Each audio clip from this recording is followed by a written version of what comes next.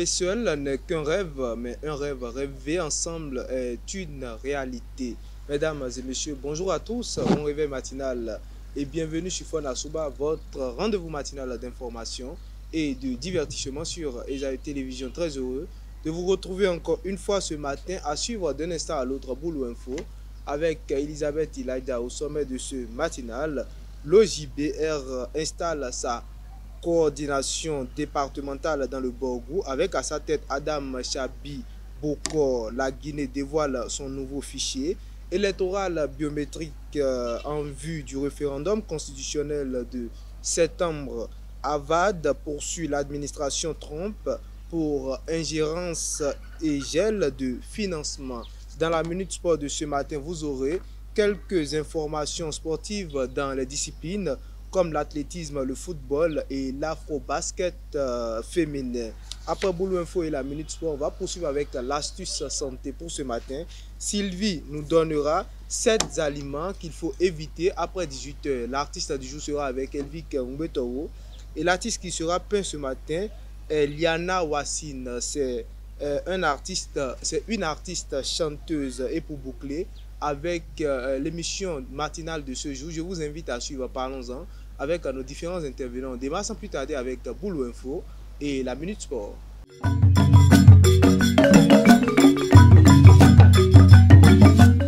Boulou Info, c'est avec vous Elisabeth Ilaïda. Bonjour. Bonjour Moudine. Bonjour à toutes et à tous et bienvenue dans Boulou Info.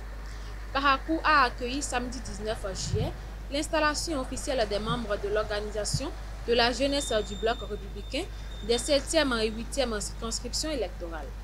Adam Chabi Bokor, actuel coordonnateur communal de Perere, a été désigné délégué départemental de l'OJBR, entouré de Jibril Ismaël et Soulé Adam Farad pour les 2 circonscriptions. Une cérémonie marquée par une forte mobilisation et la présence de figures politiques dont l'ancien ministre Samou Adambi. Dans la nuit du 18 au 19 juillet à Ndali, un père de famille a été abattu par balle par un agent de sécurité alors qu'il venait soigner son enfant malade. Pris pour un intrus en sortant puiser de l'eau, l'homme, identifié par les initiales K.Y. a succombé à ses blessures. Une enquête est en cours pour élucider les circonstances de ce drame. Ma santé, ma priorité, c'est le thème de cette nouvelle édition de la course et marche de l'indépendance, une organisation du club 5S athlétique.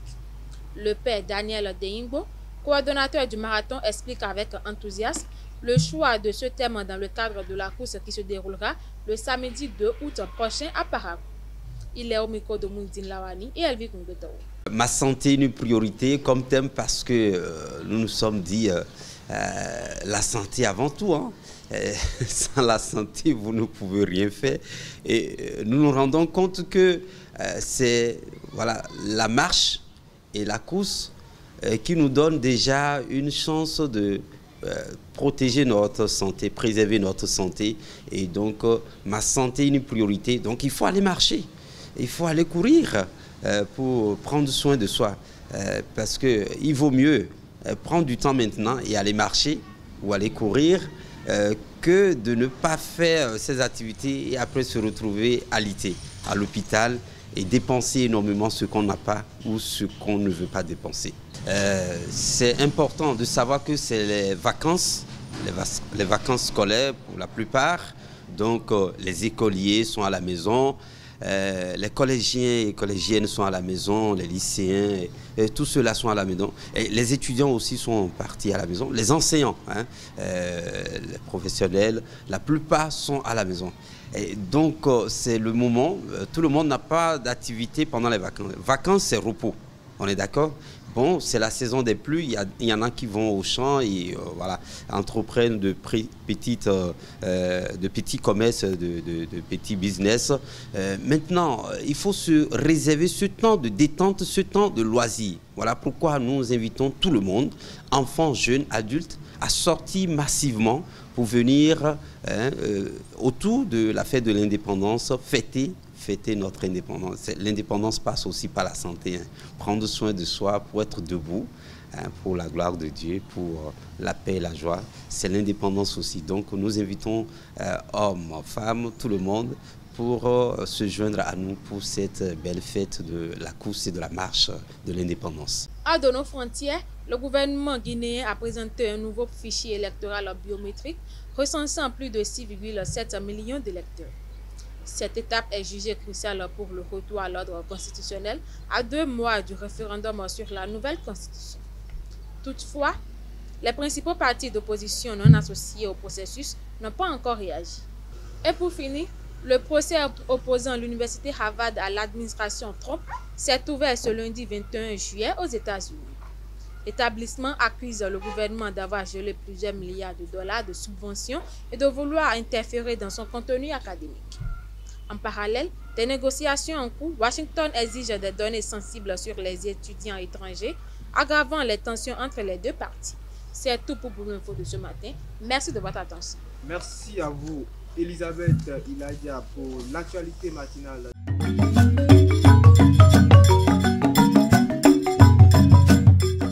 Dans la Minute Sport de ce matin, le terrain de l'EPP Kekamé a une nouvelle fois vibré ce lundi lors du deuxième match de la 10e édition du tournoi inter-arrondissement Jeunesse Action. Lors de cette journée, les Buffles de Zakota ont difficilement arraché la victoire face à Assalin sur un score de 2-1. Ce succès place Zakota en bonne position dans son groupe pour la suite de la compétition. Le numéro 1 du tennis congolais, Nancy Onya, a décidé de ne plus représenter la RDC République démocratique du Congo aux compétitions internationales. Dans un entretien accordé à Sport News Africa après son sacre à Lepon Widal à Kinshasa, elle a justifié cette décision par le sentiment d'abandon dont elle est victime de la part du gouvernement congolais malgré ses titres remportés. En basketball qualifié grâce à une wild card, le Soudan du Sud va prendre part à l'Afro-Basket féminin en Côte d'Ivoire pour la toute première fois de son histoire. Seul encore loin des performances que réalisent les hommes, les joueuses d'Alberto Antunes veulent déjouer les pronostics et écrire leurs propres histoires, portées par l'élan de leur nation dans le basketball et un encadrement de qualité. Elles ont l'opportunité de surprendre et de s'affirmer comme une équipe en devenir. Retour au football, alors que son avenir a longtemps été incertain, Pierre-Emerick Aubameyang devrait signer à l'Olympique de Marseille cet été.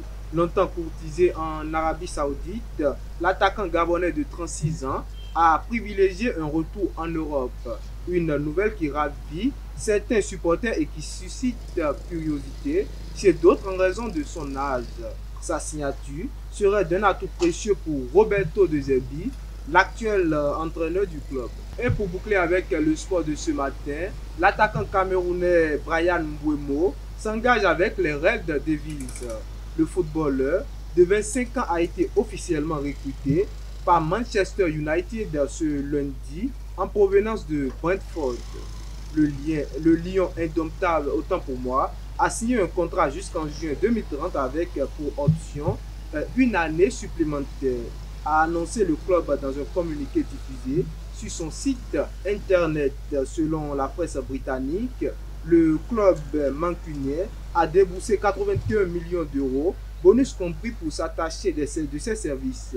Il devient donc le footballeur africain le plus cher de l'histoire, devançant ainsi l'Ivoirien Nicolas Pepe lors de son transfert à Arsenal en 2019. Voilà, c'est tout pour la Minute Sport de ce matin, chers internautes. À présent, l'astuce santé, c'est avec Sylvie Dédéo.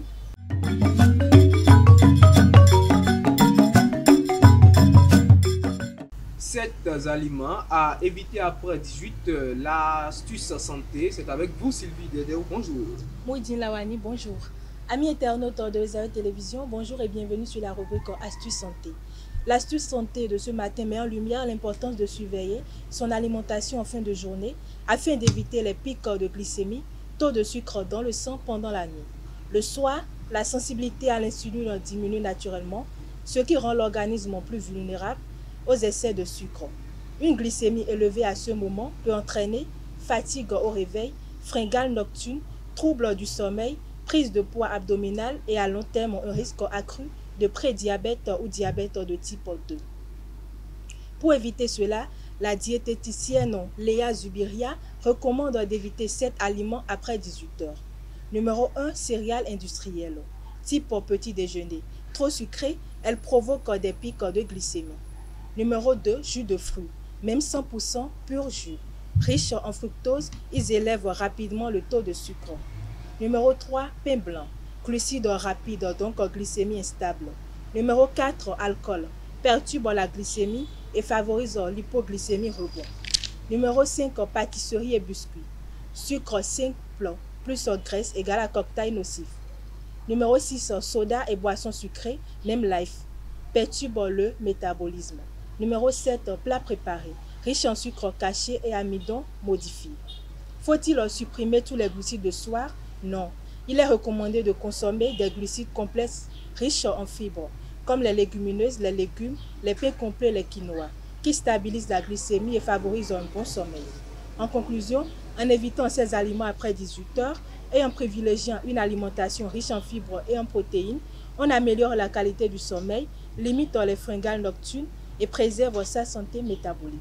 C'est tout pour l'astuce santé de ce matin. Prenez soin de vous et à la prochaine. Prenez soin de vous, à la prochaine. Merci Sylvie Dédéo pour l'astuce de ce matin.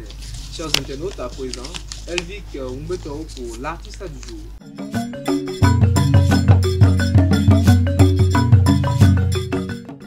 L'artiste, c'est avec vous, Elvic Umbeto. Bonjour. Bonjour Moudina Wali. Chers internautes des Air Télévision, bonjour.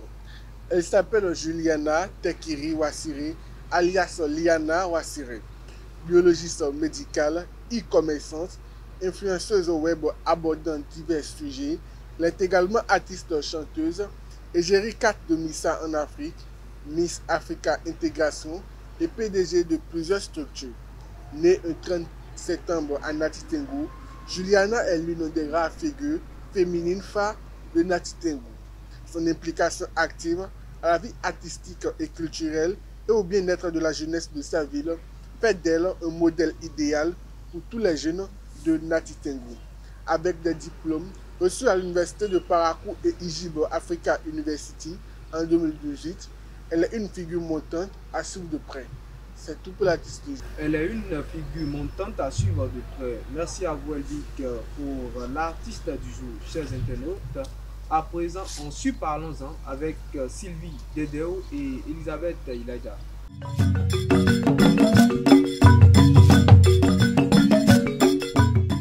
Conflit entre belle-mère et belle-fille. Le mari est-il un médiateur absent ou la mère, belle-mère, autrement dit, est trop envahissante? C'est le sujet de Parlons-en de ce matin. Et le débat est avec vous, Elisabeth Ilaja. Bonjour à nouveau. Bonjour. Et vous également, Sylvie Dédéo. Bonjour à nouveau. Bonjour à nouveau. Alors, Sylvie, est-ce que vous pouvez nous expliquer le sujet? Déjà, le sujet demande si, quand il y a des conflits entre belle-mère et belle-fille, est-ce la faute du mari ou pour l'absence du mari ou la belle-mère qui est trop présente? Alors, qui est trop présente? Et Elisabeth, il a dit, est-ce que vous avez la même définition ou la même vision sur le sujet? Pour moi, je dirais plutôt que on se demande si, quand il y a conflit entre belle-mère et belle-fille, on se demande si c'est la mère qui exagère en fait, qui est trop envahissante, ou si c'est le mari qui ne met pas de limites, c'est-à-dire le mari n'est pas médiateur entre sa mère et puis sa femme. D'accord. Et sur ce sujet, quelle est votre thèse ce matin? Moi, je crois peut-être que c'est le mari qui est un médiateur absent. C'est le mari qui ne s'y met pas trop. Sylvie Dédéo, Elisabeth, elle pense que quand il y a conflit entre belle-mère et belle-fille, c'est souvent le mari qui est la cause. Moi, je crois que c'est la belle-mère qui est trop envahissante. C'est la belle-mère qui est trop envahissante. Pourquoi? Déjà, il y a des belles-mères, par exemple, quand leur fille se marie, au lieu de rester chez leur mari à leur tour, elles préfèrent, par exemple, venir, en tout cas, s'asseoir au fait dans la maison de leur fils. Toutes les belles-mères n'ont pas de mari. Non, On est il y a des d'accord. belles-mères qui le font. Parce qu'on a parlé de conflit ici. Toutes les belles-mères n'ont pas de problème avec leur belle-fille, par exemple. Donc, je parle des cas spécifiques. C'est vrai, il n'a pas de mari, mais forcément, son mari a une maison. Et même si son mari n'a pas une maison, je crois que son fils est bien capable de lui, en tout cas, trouver un toit. Donc, la plupart du temps, ce sont les belles-mères qui viennent, en tout cas, s'asseoir dans la maison de leur fils et qui ont tendance à tout contrôler au fait. Donc, c'est ça qui amène souvent les conflits entre belles-mères et belles-mères. Alors, vous accusez nos mamans. Elisabeth, vous pensez que ce n'est pas la belle-mère, mais plutôt le mari en question qui ne s'y met pas trop. Enfin, pour commencer, je dirais d'abord que d'abord, c'est pas ta belle-mère n'est pas obligée de venir rester avec toi pour te créer des problèmes en fait. C'est-à-dire même à distance, elle peut créer des problèmes. Et puis donc, d'abord, la belle-mère en question ne connaît même pas la belle-fille en fait. C'est-à-dire qu'elles étaient des inconnus avant que l'homme nous ramène la fille à la maison pour présenter cette fille-là à ses parents en fait. Elle leur dit que bon, c'est une fille que j'ai choisie, c'est une fille que je veux épouser. Ça veut dire que l'homme en question connaît très bien sa maman. C'est-à-dire que c'est une personne avec qui tu as grandi en fait. Tu connais très bien ta maman. Et puis maintenant, tu as une campagne que tu connais aussi en fait. Donc tu sais que, bon, si ta femme se plaint, te dit par exemple que ta mère a fait ça, ta mère a fait ça, moi j'ai pas aimé. Tu sais au fond que c'est vrai que ta mère l'a fait en fait. Mais tu n'as pas envie de froisser ta maman. Donc au lieu de poser des limites, de lui dire que maman, j'aime pas ce que tu fais, j'aime pas ci, j'aime pas ça, et parce que c'est la vie d'autrui en fait. Toi, tu gardes le silence, je ne sais pas trop, pour ne pas froisser ta mère, et puis ta femme en souffre en fait. Donc en réalité, c'est d'abord le mari le problème en fait. Vous savez que... Des belles-mères par exemple qui développent en tout cas des comportements bizarres derrière le fils. Peut-être même que le fils n'a jamais su que sa maman pourrait faire un truc pareil. C'est quoi un comportement bizarre? Qu'est-ce que vous qualifiez de comportement bizarre? Peut-être que la belle-mère par exemple devant son fils fait semblant d'aimer peut-être sa belle-fille. Et son fils croit que bon, sa maman aime vraiment sa femme, quoi, sa compagne. Alors que derrière là, il y a en tout cas des jeux gens qui se font derrière. Et c'est entre les deux en fait. Donc quand la femme en question va vouloir parler à son mari, c'est très difficile pour le mari de pouvoir comprendre réellement que quand un truc comme ça se passe. En fait, c'est que vous vous trompez. En réalité, on connaît tous le moment. C'est-à-dire qu'il n'y a pas quoi. Quand ta mère fait semblant de sourire à sa copine qui est en train de passer, tu sais qu'elle est en train de faire semblant. Quand la copine tu lui dis, il y a quel souci entre vous deux. En réalité, tu connais très bien ta maman en fait. Même si ta maman fait semblant d'aimer et ta femme en ta présence, tu sais que bon, là il y a quelque chose qui cloche en fait. Et puis, si ta femme confirme et tes doutes, tu sais en même temps que bon, elle a raison. Mais puisque tu n'as pas envie de froisser ta maman, tu te dis que bon, laisse tomber. Peut-être elle donne juste son avis. Bon, laisse tomber. Il faut juste la prendre comme si c'était ta mère en fait. Alors qu'en réalité, c'est pas ma mère. La belle-mère n'est pas ma mère. Ah bon, la belle-mère n'est pas... Non, elle n'est pas ma mère. Parce que si ma mère me fait des choses que je n'aime pas, et je mets les points sur les i en même temps. Alors que je ne vais pas faire comme ça avec ma belle-mère, ils vont dire que c'est parce que c'est pas ma mère que je fais ça en fait. Ils vont même qualifier ce comportement et dire être tué en fait. Donc en réalité, c'est à son fils de mettre les points sur les i. Mais si lui fait semblant de ne pas voir, ça veut dire que bon, c'est lui le problème en fait. La belle-mère, ce n'est pas votre mère. Non. Je ne vais pas trop tarder sur ça. Mais le fait de vouloir, je ne sais pas, être bon d'un côté et mauvais de l'autre côté, c'est un peu plus compliqué. Un foyer, déjà à deux, ça se gère pas, ce n'est pas facile à gérer. Oui. Mais gérer également sa maman, vous ne pensez pas que ces hommes que vous qualifiez de médiateurs absents se retrouvent face à un dilemme? C'est pourquoi la situation est ainsi. C'est exactement ça en fait. Ils se retrouvent face à un dilemme, mais au lieu de prendre leurs responsabilités en main, ils fuient plutôt ces responsabilités. Maintenant, les responsabilités, prendre les responsabilités en main, ici, ça veut dire quoi? Ça veut tout simplement dire que quand ta femme se plaint, te dit que bon, ta mère a fait ça, ta mère a fait ça, ça veut dire que tu dois corriger la maman. La femme, non, il ne faut pas corriger dans le vrai sens en fait. Ça veut tout simplement dire que la femme en question ne veut pas prononcer certains mots en présence de la maman en fait. C'est un peu le respect pour la mère de mon mari en fait. Il y a des mots que tu ne peux pas lui dire en fait. Tu vas lui parler librement comme ça et ça. Mais si c'est peut-être la mère des femmes par exemple maintenant, la mère va comprendre que c'est sa fille en fait. Tu ne peux pas la jeter. Mais si c'est sa belle-mère, sa belle-mère peut prendre ça comme un enfant en fait. Mais même comme une déclaration de guerre en quelque sorte en fait. Mais quand tu le dis à ton mari, c'est pour que ton mari s'enchaîne en fait. Mais si lui aussi fait sa responsabilité, ça veut dire qu'il sait de quoi être capable de ça. Mais fait quand même semblant de ne pas voir en fait. Fait semblant de ne pas voir. De moi, l'idée d'essayer de justifier le comportement des hommes, c'est très difficile pour un homme de pouvoir en tout cas mettre le point sur les i. En tout cas, pour une femme qui a élevé toute son enfance ou bien peut-être qui avait même un père absent et que c'est la femme, par exemple, qui a souffert, qui a peut-être en tout cas fait des nuits blanches pour l'éduquer jusqu'à ce qu'il grandisse. Donc c'est très dur. Donc on ne peut pas dire qu'il est un médiateur à son. En fait, l'homme en question se retrouve entre deux femmes qu'il aime de tout son cœur. Maintenant, comment faire la part des choses? S'il doit peut-être prendre la partie de sa femme, c'est qu'il est en train de rejeter ça. Mais maintenant, s'il prend la partie de sa mère, par exemple, c'est comme s'il était en train de rejeter sa femme. Donc, je crois qu'à ce moment-là, l'homme se retrouve au fait au milieu. Et je crois que c'est à la belle-mère de prendre cette décision parce que la belle-mère, par exemple, entre les deux couples, par exemple, c'est lui, c'est elle, par exemple, l'aînée. Donc, elle sait, par exemple, le bien, en tout cas, ce qui est bien, ce qui est mal. Elle sait, par exemple, que quand mon fils épouse une femme, je ne dois pas intervenir, je ne dois pas me mettre au milieu. Mais si elle le sait pertinemment et qu'elle se met au milieu du couple, là, c'est elle qui est envahissante, là. Je ne vois pas où est le problème de l'homme, là. Non, arrêtez, Sylvie, vous ne savez pas, mais la plupart des hommes sont des fils à maman. Et même s'ils essaient de le cacher, en fait, c'est-à-dire qu'on a tous une faiblesse pour notre maman. Et puis, prenons l'exemple, par exemple, d'un homme, par exemple, maintenant, qui a grandi avec une autre fille, c'est-à-dire que la fille fréquente peut-être son église, par exemple, et bon, ils sont allés dans les mêmes écoles. Et puis, la maman de la fille aussi est amie avec la maman du garçon. Et puis, à un moment donné, les deux commencent à sortir ensemble. Et puis, bon, brusquement, ils rompent.